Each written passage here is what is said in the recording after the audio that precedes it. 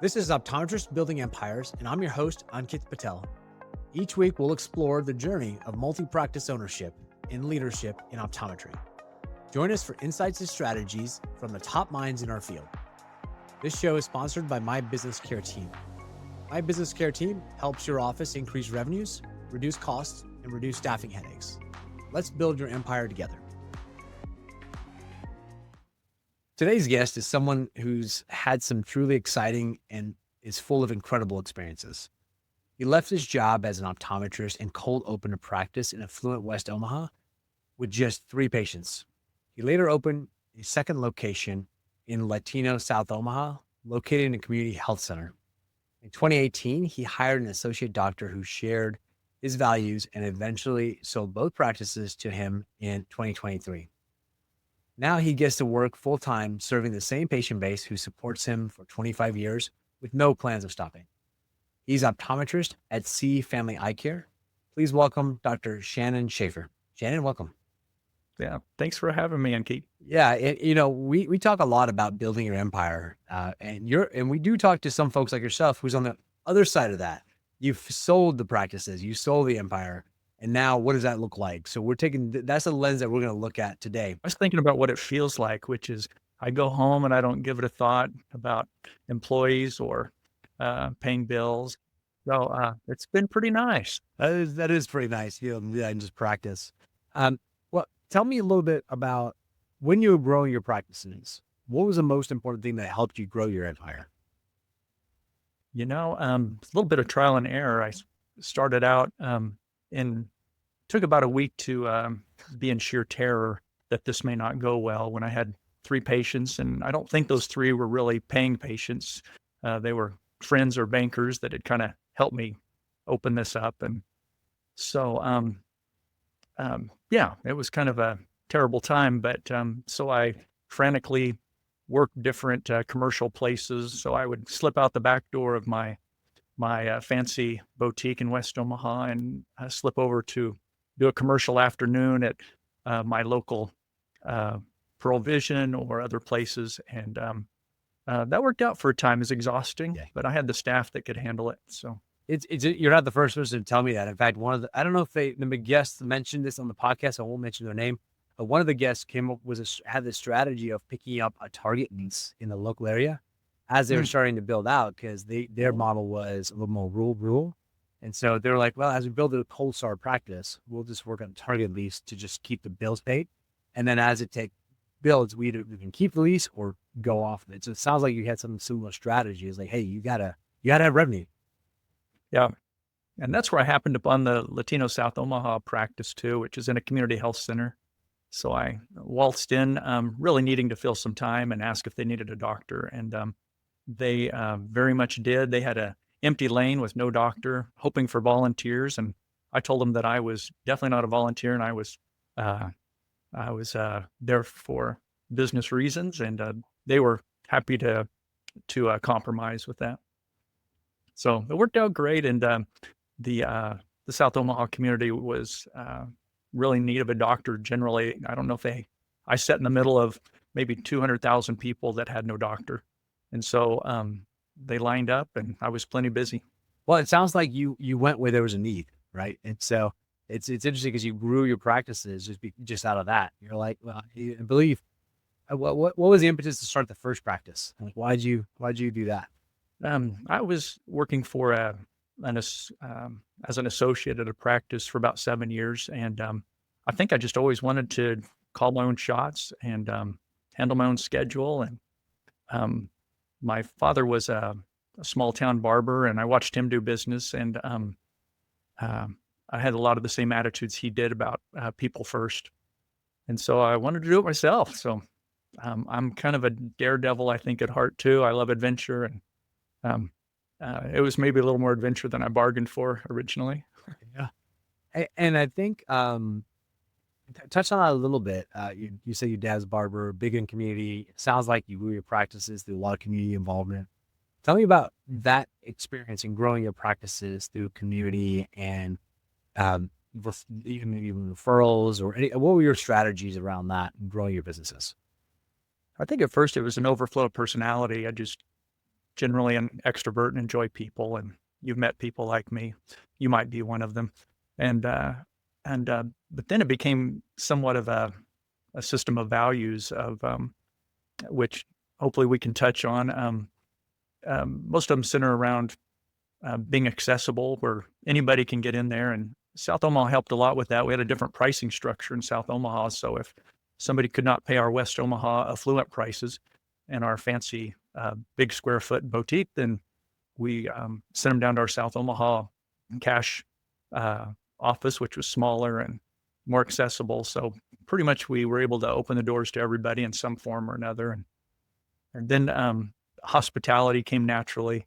And then I think the other thing I wanted to mention was reliability. We just made sure year after year the doors were open and we were doing the same thing and the same welcoming attitude year after year. And so that seemed to help build some momentum. So accessibility, hospitality, reliability, that would sound like almost like core values. Is that what you would frame them as, the core values? Yeah, I think I read a book somewhere that said, hey, you better get these core values right. And so I think it was Good to Great, Okay.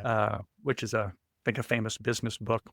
I could be wrong on that, but it was a good read. I like that. Accessibility, hospitality, reliability. Reliability, I think, is undersold a lot, to be honest. Accessibility is very interesting because I don't hear many people talking about that. Yeah, I didn't see that done all the time. And I liked how you said it. It's like, look, we know there's more folks who may not be as high as means to afford the higher end materials. So you have an office that has folks that they have access to that. What else did accessibility mean to you? I think just really not wanting to be exclusive. It was in it wasn't jiving with our welcoming attitude to say, come on into our office, and then, oh, you don't have the right insurance. I'm sorry, we can't serve you. It just didn't go along with our desire to be hospitable. So we didn't want to be exclusive. Interesting. So accessibility sounds like it almost grew out of hospitable. Like you can't be hospitable if you're turning people away. That's right. Brothers. Yeah, I like that. And so it's interesting because have you read the book, The Pumpkin Plan? Have you heard of that book? I have not. Okay. Well, I won't go into much detail then, but basically one of the concepts in there is know who your target audience is and focus just on that.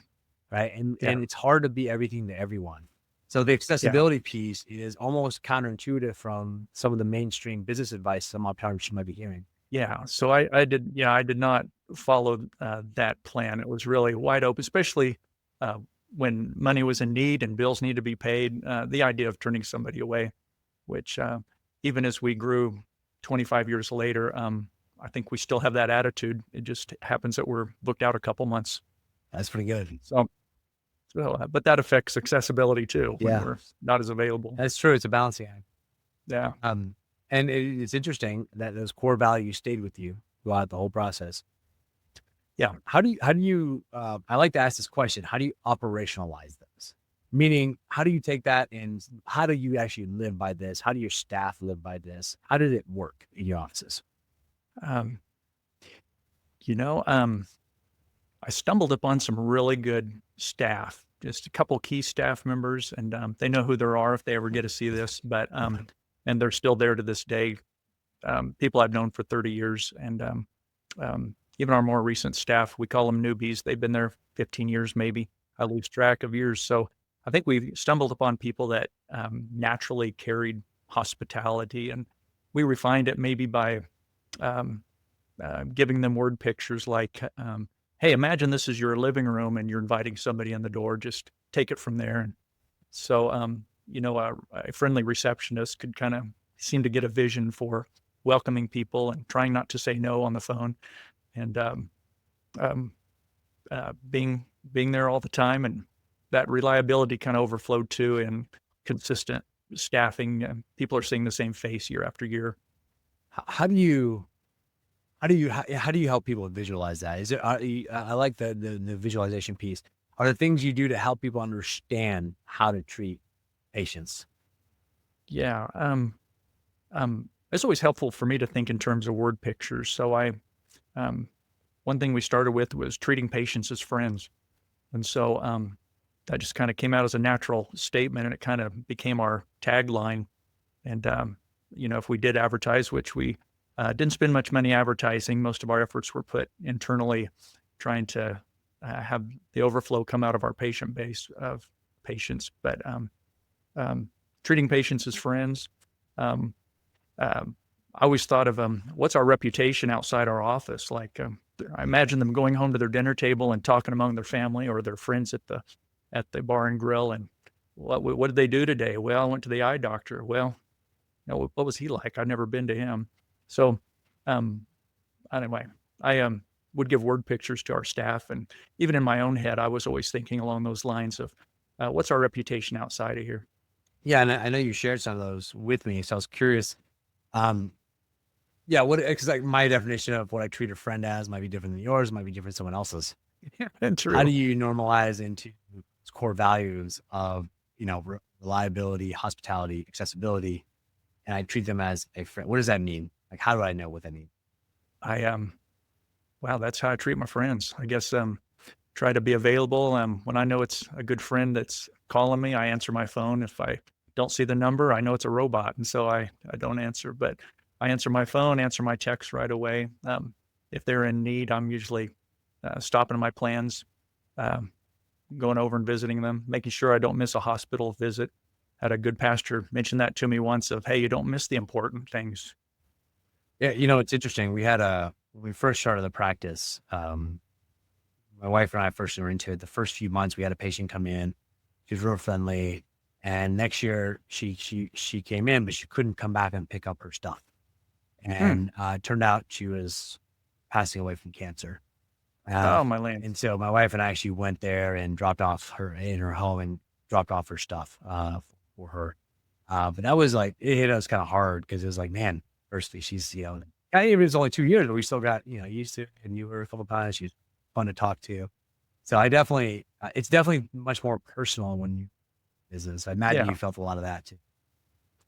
Yeah, it gets personal, and um, I can just imagine how you felt in the midst of that. I mean, yes, you're going to benefit from that because she's going to tell her neighbors what a wonderful doctor I have, but that's the least of your that's the least of your thoughts. You're just Yeah. at the time you're just thinking of her, and your heart goes out to her. I think that's important because we didn't really care if she told anyone, right? Because it Yeah, was just like, but she did. yeah, but if she did happen to, but like we want, because we legitimately like, oh man, taken aback, like no idea, right? Yeah, Well, I think my wife did. She didn't tell me because of HIPAA issues, but when I heard, I was like, oh wow, okay, let's go see her.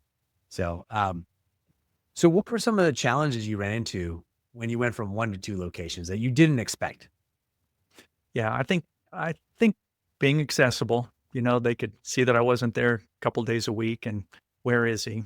Um, Sometimes there would be an extra trip across town to handle a follow up on a red eye so I'd have to be making an extra trip. Challenges of we had our laboratory was in our West Omaha larger office, so there's the constant toting of glasses, frames, orders, and then you got to tote them back, and then eventually you always forget something. And so I remember a few times meeting over a lunch hour. One of my staff in the middle of Omaha, we would meet at a restaurant at a prearranged spot to pass a job back and forth because we didn't want to disappoint a patient. So yeah, there were some challenges, especially when one practice is not as fully equipped and smaller than the other. Yeah. And what why'd you keep up with it, right? What made you want to grow, right? Was it just the fact like, hey, I gotta hustle, I have to hustle, pay the bills, that's why I want to grow, or what was that? That's where it started. I have 3 sons, and the usual expenses that go along with that, and, um, yeah, part of it was necessity, but, I genuinely enjoy the interaction too, that rhythm of every 15 minutes to a half hour, and, the ones that really needed a good doctor to, do the right thing. Those are rewarding times of being, equipped and ready for those moments. So that kept me going. That's that's pretty interesting. Because I love your perspective. Because I think a lot of times folks, and a lot of folks have shared with me the more traditional entrepreneurial aspect, like, oh, I had this vision, I grew it, which is amazing to hear these stories. I Yeah. also love hearing that, you know what? It's like I had three kids. I needed to put them through school. I wanted to do right by them. I also enjoyed patient care. And I said, you know what, let me just see how I can make this work. So I love Yeah. that approach too. It's a different way to get to the same end goal. And I think Yeah. just highlights is not always one way. But what I will say is what I'm hearing consistently, values make a difference. So having values and your values sound critical because I imagine if you're with patients that often all day long, you got to really trust your staff. So True. having those values, you know that they're gonna do right by your patients because you told them and taught them and hired them because of the values. That's a lot. That's really impactful. Is that I'm kind of putting words in your mouth, but is that what you saw? Yeah, on the staffing issue, one thing that popped up the last 10 years is Google Mm, reviews. So, and the influence of those. And how did you hear about us? Why'd you come to our office? So much of it's centered around how you look online. mhm. So, but it also became a bit of a picture of what's going on outside my exam room when the door's shut, because a lot of those reviews are singling out my staff of having done a good job, and so I can see that if we're running 4.8 stars on 2,000 reviews, my staff is probably coming through. All right, that's impressive. That's a really good number on that many reviews. You know, thanks. Call that an estimate. I haven't seen that in maybe a year, but that was kind of the rhythm of things as we're there. I think that speaks volumes to how much of the culture can make an impact. True. Yep. Staff, Yeah. yeah, culture, just the vibe when you walk in the room. I think it's really important. Did you ever have challenges with staffing at all? That's a loaded question, right? It's like what? It's like how many times, right? So how did you deal with that? What were some things you did to help deal with like strategies? I know you sold now, but I imagine you still have staffing challenges. Were there any things that worked well for you that people may not know? Um, I don't know if I'll be answering your question directly, but what flew into my mind as you're talking about staff was some of the difficult times, some of the um, one of the biggest issues and critiques I got as a boss over the years was, you know, here's a staff member that's not working. They really need to go. And I heard it from a few different staff, but having a value system um, of being reliable and accessible and um, hospitable, it just kind of worked against me to bring somebody into the room and say, you know what, I'm going to let you go because you're just not carrying the values of this office very well. That was hard for somebody like me. I'm sure people can relate to that. But kind of one thing I mentioned to you too in our pre-interview was principles of reaping and sowing. If we got a grumpy patient at one of our offices and there's a few complaints coming out, our patients are going to start grumping. You kind of whatever we're putting out, we often get back. So those were some difficult times, and eventually, people that didn't see our vision too. It's funny how they weren't comfortable in our office themselves. The employees weren't comfortable because it was too hospitable. It was too overlooking wrongs. It was too many yeses and Mm. not that no that needed to happen. What do you mean you don't want me to say no? It's we needed a certain person that was really willing to overlook people's faults and their grouchiness and um, their the type. And we needed employees that could suck up a little bit and be kind to people nevertheless. Yeah, I think that's a really hard thing to do, because I tell my staff most of the time, most patients coming through that door come once a year, right? So the impression that you make, yes, I know you're having a bad day. If there's something we can do to support you, if you need time, that's okay. But if you're here, it's really important that the patients, it's not fair to the patients if they're not getting the same experience as other folks. And so, yeah, it's really hard because, like, hey, I'm having a bad day some days. My staff's having a bad day, and a patient comes in who's having a bad day. That could lead to a bad situation. If we're not careful. I had went to a conference once and they were speaking about practice building and somebody likened it to a theater. It's you know people are coming in to see the show, and yes, you're trying to be sincere, but at the same time, if this isn't your best day, you go ahead and do what you always do and um, don't let them know and just do your job. Yeah, one of our values is always on stage. Is that right? Yeah, because I mean, look, yeah, it's important for a patient experience. And my biggest thing though that we make sure to say is like, look, if you're not able to do that, let us know. We'll help you, right? If you need to just do some back office work or take the day off, we can support you if that's what you need for yourself. But it's important to be communicative about that because if you give one bad patient a patient a bad experience, they're gonna tell their friends, and it's not a good Yeah, effect, right? So you don't want that. so true. So you're on the other side of this now, Shannon. You sold your businesses. Talk to me a little bit about why you sold. What was that journey like? What was going through your mind, the emotions, the thoughts? Just walk us through that experience for folks who haven't gone down that road yet. Um, it's the oddest thing. I don't know where it hit me, but maybe 10 years ago, I just had a vision for stepping out earlier and maybe still being involved in optometry, but in a different role as a support instead of being at the head. So I was looking for the right person to come along and found one in my new boss. And so he'd been on staff for maybe 5 or 6 years. And so I presented to him, hey, well, how would you like to own this someday? And so it was a slow thing. Spent a couple years with a consultant and seeing how this could be done right. And now that it's done, and it took some months of effort and whatnot, but it feels good. What feels good is passing the baton and watching this 30-something young man with a great personality and a similar value system. Um, I don't know, take the baton, take a gazillion patients, and to run with it. And he paid me well, and we had consultants work out those numbers, so we didn't have to uh, uh, have too many parlay shots to each other.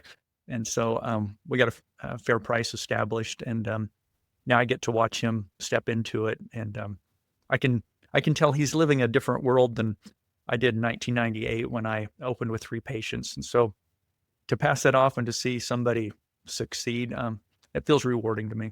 Now, if I was a new student coming out of school that was interested in practice ownership this way, how would they, coming from the opposite perspective, approach a doctor like you? What would you have appreciated conversations were on the front side of that? Yeah. What do you mean, Akeet? Oh So, yeah. like, if So let's flip it a little bit. The person you sold, let's say you own the business, you haven't found that person yet, and you want to sell to someone, but you haven't found that person coming yet. Now, if I'm a student, I'm coming into your office, I want to buy in one day, or potentially buy in. Mhm. What could I be looking for or doing to say like I want a partnership like I had, like Shannon had with his person who he sold it to, and how that transition went? What are the traits that you think that doctors were look? What did you look for in that person to sell it to? What made you feel comfortable doing that? Trying to look back at how this young doctor appeared to me. Um, I think it was sharing a lot of breakfast and Mhm. just getting to know him personally. I could tell this was going to be more than a job for him, and these were going to be more than patients, and that's how he practiced before. And so I knew I had a like-minded person. Mhm. So getting to know him, I think that's what I would, and being patient with the process. He hung out for 5 years, and um, he knew this was on my mind, but at the same time, it wasn't a done deal. And so um, and I was at that point too when I graduated in 1991, being a young doctor who wanted to own a practice someday. Um, it was hard. I hit a lot of brick walls and went to practices, and I was ready for established doctors to embrace me and my value system and my great personality. And uh, you know, the connection wasn't there. It's like hold your horses. Yeah. It was hard. Yeah, it is. That's why I asked that question. It's interesting. And you could have went to private equity or another route, third party person. Why did you choose to sell to a an existing doctor? Why that route versus another route? As opposed to like a new graduate. Oh, or a brand new person, or even private equity, right? Or one of these other third party companies. Right, I've heard of some doing that. Yeah, that never crossed my mind. I think old school business is just in my heart, so I have no experience with the idea of a business coming in and taking over an established practice, especially when it could be so valuable to somebody with a uh, that's a single person, like a optometrist, a private practitioner. Yeah, and spoiler alert, if you had, the experience most doctors have is not as positive, it sounds like, when they sell to a Yeah. different company like that. So, I can imagine that that could have been a mixed bag. So luckily, you're still able to stay on board and still see your patients. It looks like it. My boss likes my work so far. That's good. Maybe you can show them this podcast. I'm doing this for the community. Um, Yeah. so so let's change gears just a little bit. Um, Tell us about you, Shannon, in terms of I'd like to hear a story that was formative for you. What makes you tick? What makes you you? It could have been something in grade school, could have been college, could have been, who knows, maybe it's 5, 10 years ago, but some significant moment that you were like, yeah, that really impacted me and how I am and how I show up. Hmm, hmm. You know, um, I can think of 4 or 5 things, but all of them would probably be challenging moments, even criticisms or um, um, times that were really hard, and I had a choice of going fetal, or I could get up, make my adjustments, learn from it, ask others what they did in the process. Interesting. So, So that's interesting. Which one feels most visceral to you? um, at this point, 2 years ago, I had a brain tumor removed the size of an orange out of my head. Wow. And so, that was right in the midst of, visiting with consultants and passing the baton to my new doctor, boss. And so, uh, that was, uh, earth-shaking of a time. So, it was, in some ways, it really, made me more thankful and, made me more attentive to those that I love, made me more purposeful and looking back at practice and how I practice and how I'm going to practice in the future. And it kind of confirmed my ideals of people first. Um, there's kind of a feeling afterwards, like I think in some ways I was ready for the challenge of a brain tumor removal, and um, I left with a pretty good feeling of mission accomplished. Granted, I have to give credit a lot to incredible surgeons and God Himself, and for getting me through, and a good family and a loving wife, and so yeah, so that would be one of them. Yeah. Well, thank you for sharing that. That's intense. You're doing this while you were selling the practice at the same time? Oh, Yes, wow. That's tough. That's a lot. yeah, it was really hard. Well, I'm glad you made it through. So glad you're here talking today. Me too. So let's reverse it up a little bit and time travel. A week or so Okay. before, right after graduating OD school, what advice would you give your younger self, you knowing what you know now? Um, I think I would try to get good counsel and head into private practice sooner. Hmm. Um, I think I had some good ideals, and I don't think a uh, private practice has to be big to make it start. If you've got a good vision, to go for it. Go for it small. Try to avoid debt. I sunk deeply into debt to take a risk, and I don't think I had to do that. I think the value system and the strengths that we had going into it, ideologically, were strong enough to build a practice, but I didn't have that much security. So I would probably say, find yourself, find your ideals, and start small and start building. Yeah. And we live in a world where, possibly, on the side, you could, get income from other places. That would be my first concern is, well, that's great, Dr. Schaffer, but, how am I gonna feed my family? Oh, how am I gonna pay my student loan debt? But, you know, um, so I think if I told myself back then, I'd say step out sooner and, um, do it carefully and, calculated. Yeah. I like that. That's good. It didn't see, it's not as bad as it could seem, right? It was very frightening, but, the reward at the end has been really, really nice. Nice. And then what do you do for fun? Just curious. Like outside of work, what do you do for just hobbies and things like that? Yeah, I enjoy running. I grabbed my three of my sons. I have 5. 3 of them I took up.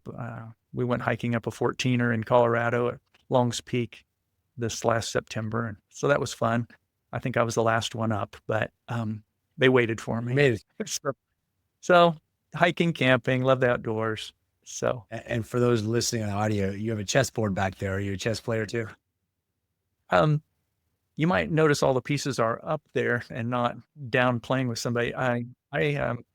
Yeah, after teaching my oldest son to play and he become a quick expert, yeah, I hung up my checkboard, just my chessboard on the wall Fair enough.